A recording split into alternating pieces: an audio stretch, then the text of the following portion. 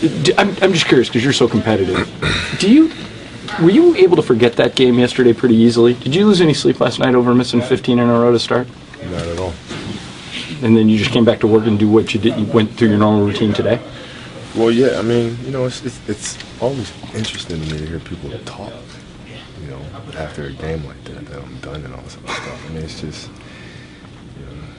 the amount of idiots that live out here after 16 years is baffling to me.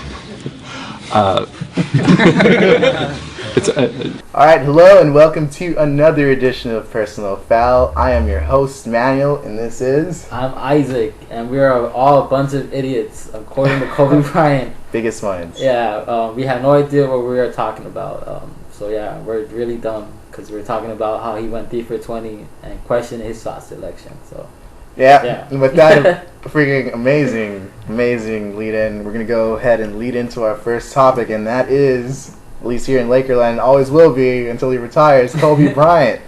And he had a pretty interesting week, didn't he, Isaac? Yeah, he did. And he finished it off in dramatic fashion with a 3-point shot that lasted, I believe, 3 seconds for it to actually go down. It touched every part of the rim, but it went in. So congrats to Kobe for hitting that wide open look.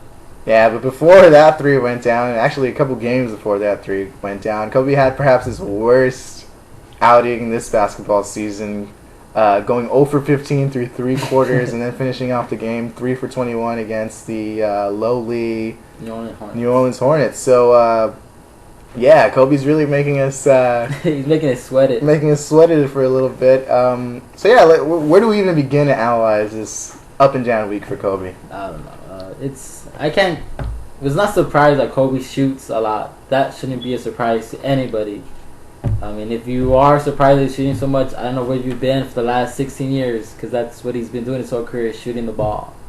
But I think what was more surprising that he admitted that at the end of that game, that fatigue was a factor in him shooting so poorly. And he clarified it wasn't so much the minutes that he's playing, which he leads the league in minutes, and he's 33 years old in his 16th season, and he's leading the league in minutes. But that wasn't the case, he said. It was more of the schedule, the condensed schedule that's wearing on his legs. So I think that's what, according to Kobe, that's what we should all chalk it up to be, just that the scheduling was preventing him from making shots.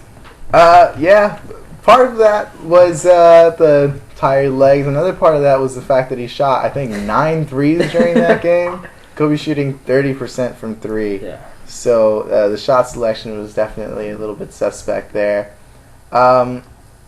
I don't know. I don't know if this is a sign of things to come or if this was just one game. Isaac, what do you think?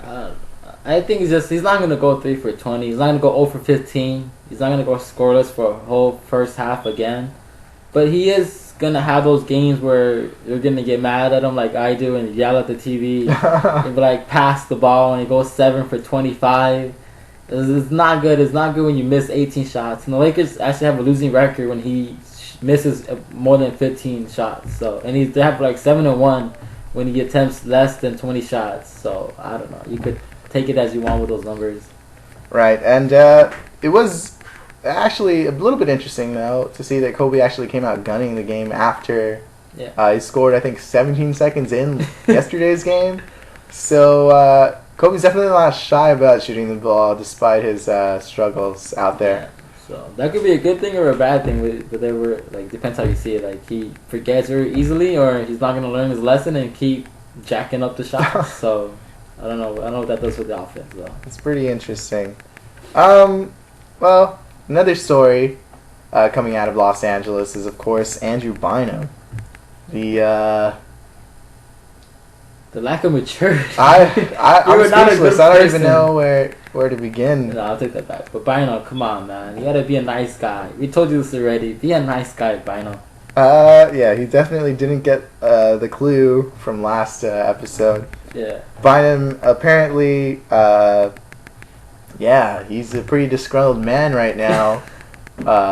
Not wanting to talk to coaches, not wanting to see his general manager, not participating in huddles. Yeah, he was getting his Zen on, so that's why. It's a good reason why he was in the huddles. He's got to rest and get his Zen on, whatever that means. So. Right, so, but I don't know if this is indicative of immaturity, if it's just the condensed season, I don't know what to attribute this to other than the fact that the locker room right now for the Lakers is just a complete mess. At least in my opinion, that's what this is indicative of. Yeah, well, I don't think all of the players have totally bought into Mike Brown and his system, and I just think Bynum's been the most vocal of them all to come out and say he didn't like the shit arounds before games and basically telling Mike Brown, I'm still gonna shoot threes even though you bench me, and so I think it's still mature. It's still immaturity because he's only 24 years old, but I don't think he understands what he's doing with his actions though. I mean, he gets kicked out of the Houston game when we end up losing,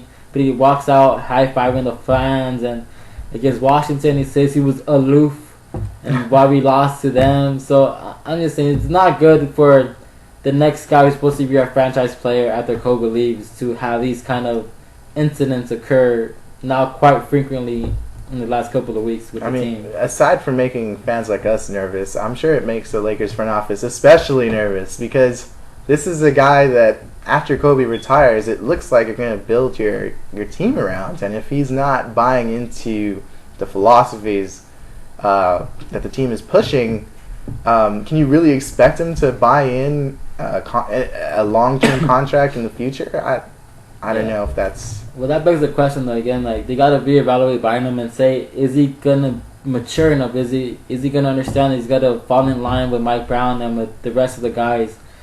Because if not, you got to think of Mitch Kupchak. If you actually trust, you actually hand the keys to the Ferrari, which is the Lakers franchise, over to him because he's going to be reckless with it. And if he is going to be reckless with the team and with his behavior, the Lakers might have to end up going all in for Dwight and giving up on Bynum if he's not going to mature enough to the point where you can rely on him to be there. I think it's also interesting to note that Bynum's immaturity isn't just one event that has happened leading up to this. It's been a cycle of events, whether it's pushing JJ Barea, or injuring Gerald Wallace, Michael Beasley, you know. Yeah. Bynum's name has definitely come up as far as attitude problems are concerned. So yeah, it's a very interesting thing to try to track. And you know, I have, in other cases, I think earlier in the season I mentioned that I kind of liked Bynum challenging Kobe's position as a leader, as far as him, you know, taking shots and whatnot. But I don't know. I think this is maybe a step too far. No, but Bynum's attitude problems are really disconcerting, and you know, it's a sign of. It could be a sign of things to come for all we know. Yeah. What's interesting though about the whole thing with Bynum is that when he shot the 3-point shot and he got benched and all that drama happened in Golden State, which I think he was justifiable why he got benched for. I'm okay with that. But what's interesting though is that Kobe kind of defended Bynum and what he was doing. So that's his chippiness and that's how he gets his edge. And you gotta find a way to manage Bynum because Kobe sees a lot of himself in Bynum. And then you have Powell saying like that Bynum needs to grow up and like kind of being hard on Bynum. So it's interesting to see that Kobe's defending him and Gasol is on the flip side of that coin and like telling Bynum, come on, you gotta step up and like that's not your game. So it's interesting to see where Kobe and Powell see Bynum and where he's going along with this process. Well, you know, Mike Brown was asked a question about Bynum, I think just yesterday, and he didn't even want to address it as an issue. So, you know, yeah. I'm not sure if Kobe defending Bynum is worth as much weight as Isaac's trying to. I think it is because I don't think even Kobe's bought into Mike Brown.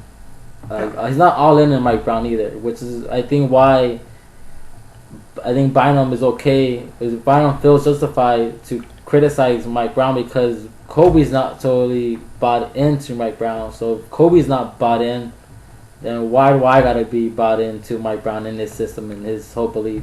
So that's why I think Bynum sees the justification for his actions because if Kobe's the leader and he's not committed to Mike Brown as his head coach, then Bynum by all means I guess in his mind has the right to be defiant because he is an all-star now.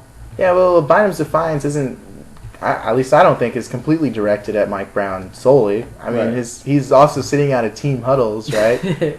And if he's sitting out of team huddles, that might be indicative of him having a problem with the team. So, Yeah. and if you have a problem with the team, the person that you're going to point the finger at is the leader, and that's Kobe Bryant right now. So, I don't know. I mean, you could look at the Bynum situation in a number of ways.